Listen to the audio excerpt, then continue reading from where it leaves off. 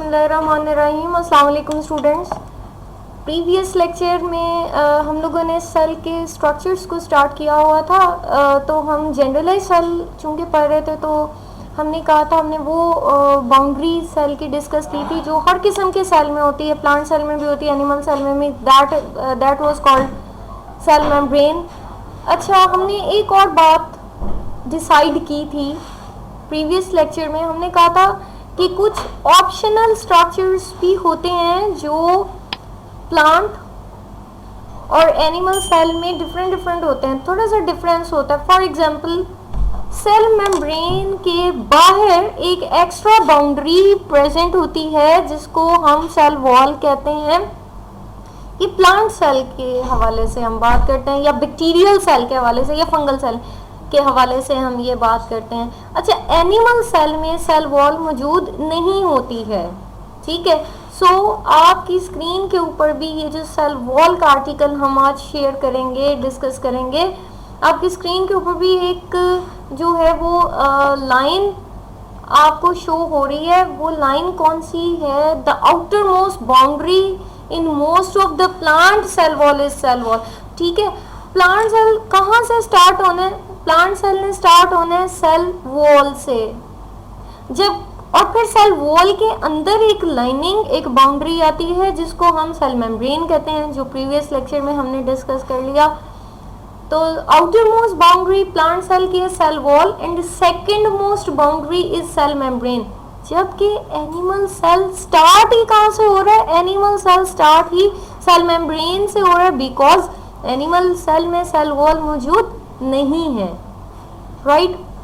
अच्छा, बैक्टीरिया के अंदर भी सेल वॉल मौजूद है। बैक्टीरिया सब किस किस्म के सेल हैं, ये हमने प्रीवियस कई लेक्चर्स में बैक्टीरिया का स्टेटस डिफाइन किया। बैक्टीरिया प्रोकैरियोट्स ना, लेकिन बैक्टीरिया में भी सेल मेम्ब्रेन के बाहर सेल वॉल है। बट याद आपने ये रखना है कि bacterial cell wall is different in the composition as compare to plant cell wall. Plant cell wall की निस्बत बैक्टीरियल सेल वॉल जो है वो थोड़ी फर्क होती है, ठीक है। और 3 मेन लेयर्स हैं आपके पास सेल वॉल की, प्राइमरी लेयर, सेकेंडरी लेयर। ये अभी मैं जो आपके साथ डिस्कस कर रही हूँ, जो लेयर्स डिस्कस कर रही हूँ, these are basically layers of what? These are layers of plant cells, plant cell wall, ठीक है। ये प्लांट सेल वॉल की 3 बेसिक लेयर हैं। कहने को एक सेल वॉल है, लेकिन एक सेल वॉल को आप उतार के देखें तो आपको पता चलेगा कि वो आपके पास एक सेल वॉल एक्चुअली नहीं है, वो आपके पास 3 लेयर्स मिलके कलेक्टिवली वो एक सेल वॉल कहलाती है। कौन सी? Primary wall, secondary wall and middle lamella. तो 3 मेन लेयर्स जो हैं वो ये मौजूद हैं। तो ये जो मिडल लैमेला है, ये primary walls of the neighbouring cell, मतलब 2 सेल्स। आप चलिए, मैं मिडल लैमेला को आपके साथ बाद में डिस्कस करूंगी। प्राइमरी वॉल सबसे बेसिक वॉल। एक प्लांट सेल जिस वक्त बनता है, डिवाइड होके नया प्लांट सेल बनता है, उसके पास जो सेल वॉल की जो लेयर होती है वो सिर्फ प्राइमरी वॉल होती है। अभी प्राइमरी वॉल की अगर मैं केमिकल कॉम्पोजिशन देखूं तो प्राइमरी वॉल की केमिकल कॉम्पोजिशन है cellulose. Primary wall is made up of cellulose, और साथ में cellulose majorly it is cellulose, और सेल्यूलोज के साथ एक कुछ और मटेरियल्स होते हैं लाइक पेक्टिन एंड हेमिसेल्यूलोज, ठीक है। Hemicellulose is actually the derivative of cellulose, ठीक है। अब ये चैप्टर नंबर 2 जो आपने मैक्रोमोलिक्यूल्स का पढ़ा था, वहां से आपको पता है कि ये जो सेल्यूलोज, पेक्टिन और हेमिसेल्यूलोज की तीनों चीजें जो हैं ये कार्बोहाइड्रेट्स हैं। कार्बोहाइड्रेट की कौन सी कैटेगरी से बिलोंग करते हैं? ये पॉलीसेकेराइड्स से बिलोंग करते हैं, सही है। आपसे अगर कोई पूछ ले कि प्राइमरी वॉल की कंपोजिशन क्या है बाय नेचर, ये कौन से मॉलिक्यूल्स हैं, तो आपको पता होना चाहिए कि ये सेल्यूलोज हैं और पेक्टिन है और hemicellulose, and all 3 are actually polysaccharides in the nature, ठीक है। सो सेल्यूलोज मॉलिक्यूल ये किस तरीके से अरेंज होते हैं? आपने अपने घरों में चारपाई देखी होगी, चारपाई, बान की बनी हुई चारपाई। उसका जो बान होता है, कभी आपने देखा है वो कैसे होता है? कुछ रस्सियां एक साइड को होती हैं, कुछ उसको क्रॉस इफेक्ट में जा रही होती हैं, कुछ उसके जो हैं वो मतलब एक दूसरे के ऊपर वो ओवरलैप कर रही होती हैं। बिल्कुल ये इस तरीके से जो आपकी ये डायग्राम में भी हैं। यहाँ पे देखें कुछ बिल्कुल ऊपर से नीचे आ रही हैं, राइट से लेफ्ट पे ऊपर से नीचे आ रही हैं डायगनली, कुछ आपके पास लेफ्ट से राइट पे आ रही हैं डायगनली। ठीक है, तो ये एक दूसरे को क्रॉस इफेक्ट दे रहे हैं। तो अब इसमें इस किस्म की जो पैटर्न इसको कहते हैं क्रिस क्रॉस अरेंजमेंट। तो ये सेलुलोज के आपको फाइबर्स दिख रहे हैं। अच्छा, ये वाली अरेंजमेंट का मकसद क्या होता है? ये आपने वो जो चरपाई की मैंने आपको बात बताई है, वो देखें उसकी बान के अंदर बहुत सारे बीच में सुराख भी होते हैं, लेकिन उसके ऊपर आप पानी डालो तो वो नीचे निकल जाएगा, लेकिन उसके ऊपर आपकी पूरी फैमिली बैठ जाए तो चरपाई नहीं टूटेगी। उसकी स्ट्रेंथ है, लेकिन वो मटेरियल उसको नहीं रोकती।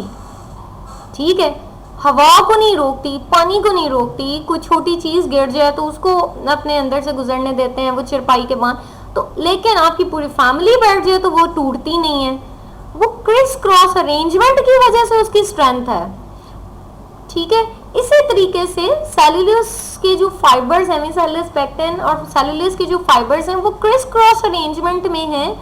स्ट्रेंथ तो दे रहे हैं सेल को, लेकिन मटेरियल्स के इन एंड आउट में कोई हर्डल या कोई रुकावट नहीं डाल रहे।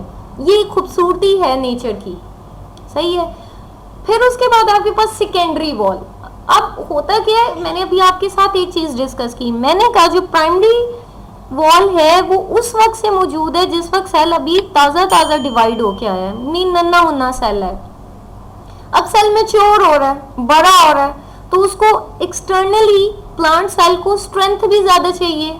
अब जब उसको स्ट्रेंथ ज्यादा चाहिए तो उसको सेल वॉल मोटी करनी है अपनी, तो वो मोटाई वो क्या करेगा, प्राइमरी सेल वॉल को नहीं छेड़ेगा, वो जितना मटेरियल है उतना ही रहेगा। वो क्या करेगा, प्राइमरी सेल वॉल के अंदर वाली साइड पे, अंदर वाली किस साइड पे, सेल मेम्ब्रेन वाली साइड पे, सेल वाली, बाहर नहीं, सेल वॉल के पहले से मौजूद प्राइमरी सेल वॉल के अंदर वाली साइड पे एक नई लेयर लगाना शुरू कर देगा वॉल की। उस वॉल को हम कहते हैं सेकेंडरी वॉल। ठीक है, ये inner surface of the primary wall develop होगी, और ये बहुत ठीक है प्राइमरी वॉल के नस्बत। इसकी थिकनेस बहुत ज्यादा है। किस चीज की बनी होती है, इसकी केमिकल कंपोजिशन क्या है, ये दोनों शॉर्ट क्वेश्चंस में भी पूछे जा सकते हैं। What is the chemical composition of primary cell wall, या what is the chemical composition of secondary cell wall. तो इस कॉन्टेक्स्ट में भी आपने इसको जहन में रखना है। अच्छा जी, सेकेंडरी सेल वॉल की केमिकल कंपोजिशन क्या है? Inorganic salts, silica, waxes, cutin, lignin. अब आप ये देखें, ये सारे के सारे वो मटेरियल्स हैं जिसमें सेल्यूलोज नहीं है, लेकिन ये सारे के सारे इंतहाई रिजिड और टफ किस्म के मटेरियल्स हैं। ठीक है, अब ये तो होगी वो सेल वॉल्स की दो लेयर्स जो एक्चुअली पूरे सेल को अपने अंदर समोए हुए हैं या अपने अंदर पैक किया हुआ है सेल को। लेकिन दो नेबरिंग सेल के दरमियान में देखेंगे, अब क्या बात हो रही है, अब सेल को नहीं कवर करने की बात हो रही। अब ये है कि दो सेल साथ साथ पड़े हैं, तो उनको जोड़ने के लिए, जैसे दो ईंटें आपने साथ साथ रखी हैं, तो उनको जोड़ने के लिए आप सीमेंटिंग इफेक्ट देते हैं, सीमेंट देते हैं, जोड़ना है। तो यहाँ पे भी दो सेल्स को जोड़ने के लिए एक और लेयर, एक्स्ट्रा लेयर होती है दो सेल्स के दरमियान में। मतलब दो सेल्स के दरमियान में मींस कि प्राइमरी वॉल के बाहर वाली साइड पे, उसको बोलते हैं मिडल लैमेला। आपकी बुक के अंदर एक स्टेटमेंट है, middle lamella is was to be formed in between the primary wall of the neighboring cells। ठीक है, हमने अभी बात की कि प्लांट सेल्स के अलावा सेल वॉल जो है वो और किस किस में होती है, बैक्टीरियाज में, बैक्टीरिया मेन प्रोकैरियोट्स में। अब प्रोकैरियोटिक सेल वॉल के अंदर सेल्यूलोज नहीं होता, ये बात आपने याद रखनी है। मींस बैक्टीरिया की सेल वॉल किस चीज से बनी हुई है, वो बनी हुई है एक मटीरियल जिसको कहते हैं पेप्टाइडोग्लाइकन। कॉन्जुगेटेड मॉलिक्यूल है, नाम से आपको जाहिर हो रहा है। ये हम लोगों ने कॉन्जुगेटेड मॉलिक्यूल क्या होता है, कि हम लोगों ने प्रीवियस लेक्चर्स के अंदर चैप्टर 2 में पढ़ा था। तो पेप्टाइडोग्लाइकन, ठीक है। और इसको नॉन टेक्निकली अगर हम जाए एक टर्म दें तो उस टर्म वाइज हम इसको क्या बोलते हैं, म्यूरिन। अच्छा, इसी तरह से फंगल सेल की, फंजाई के सेल की भी अपनी एक सेल वॉल होती है, but that is made up of chitin, और ये बाय नेचर पॉलीसेकेराइड है।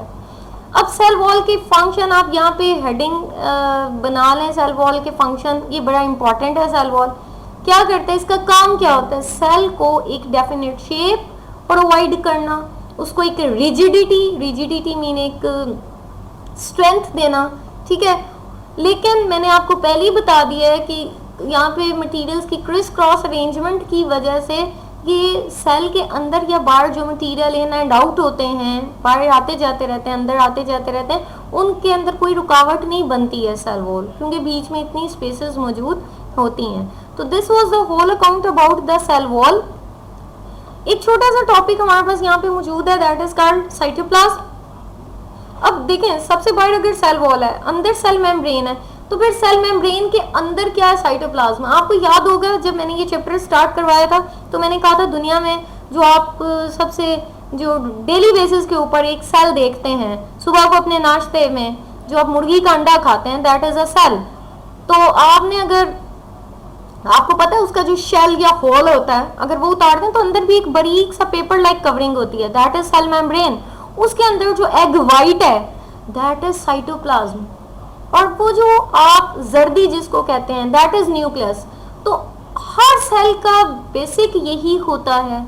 अब जो सेल माइक्रोस्कोपिंग है, जाहिर सी बात है आपको उसका साइटोप्लाज्म माइक्रोस्कोप में नजर आ सकता है। तो साइटोप्लाज्म याद रखिएगा, जो liquid portion of the cell है वो सेल के जानदार होने की एक सबूत है, आपने याद रखना है, ठीक है। तो आपका जो यूकैरियोटिक सेल है उसको आप न्यूक्लियस में और साइटोप्लाज्म में डिवाइड करते हैं। साइटोप्लाज्म जो है उसके अंदर material, main basic ground material है। ग्राउंड मटेरियल का क्या मतलब है, बेसिक मटेरियल, जिसके अंदर बाकी सारी चीजें डिसॉल्व हुई होती हैं। कौन सी या मौजूद होती हैं, जैसे कि सेल ऑर्गेनेलिस यहाँ पे मौजूद हैं, वेस्ट यहाँ पे मौजूद हैं, सॉलिड प्रोडक्ट्स यहाँ पे मौजूद हैं, ठीक है।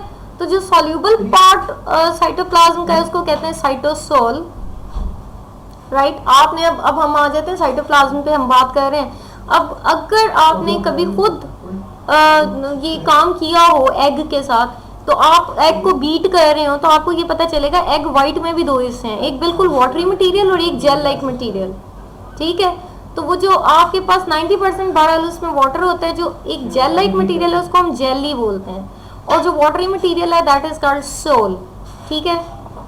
साइटोप्लाज्म का बेसिक फंक्शन क्या है, इसके अंदर सारे जितने भी केमिकल्स, एंजाइम्स, हार्मोन्स चाहिए होते हैं सेल के मेटाबॉलिज्म के लिए, जैसे कि ग्लाइकोलाइसिस वगैरह, वो सारे साइटोप्लाज्म के अंदर डिसॉल्व होते हैं। बहुत सारे ऑर्गेनेल साइटोप्लाज्म में फ्लोट कर रहे हैं, like endoplasmic reticulum, mitochondria, Golgi bodies, nucleus, plastids, ribosome, lysosome, centrioles. इस चैप्टर में आगे इनको हम वन बाय वन पढ़ेंगे, इन तमाम ऑर्गेनेल्स को भी, ठीक है। और एक और बात याद रखिएगा, लिविंग बॉडी के अंदर जो साइटोप्लाज्म मौजूद है वो फिक्स नहीं है। फिक्स का मतलब ये नहीं है कि जहाँ पड़ा हुआ है वो वहीं पे हिले जुले बगैर पड़ा रहे, नहीं। साइटोप्लाज्म क्या करता है, कॉन्टिन्यूसली मूव कर रहा है, स्ट्रीमिंग मूवमेंट, ऊपर वाला नीचे, नीचे वाला ऊपर, ठीक है। तो उसकी वजह से जो मटीरियल्स हैं पूरे सेल में ट्रैवल करते रहते हैं। This is today's lecture, hopefully आपने अंडरस्टैंड किया होगा। अगर इसमें आपको कोई प्रॉब्लम फील होती है आप मेरे साथ डिस्कस कर सकते हैं, ठीक है। Till next lecture, thank you very much, अल्लाह हाफिज़।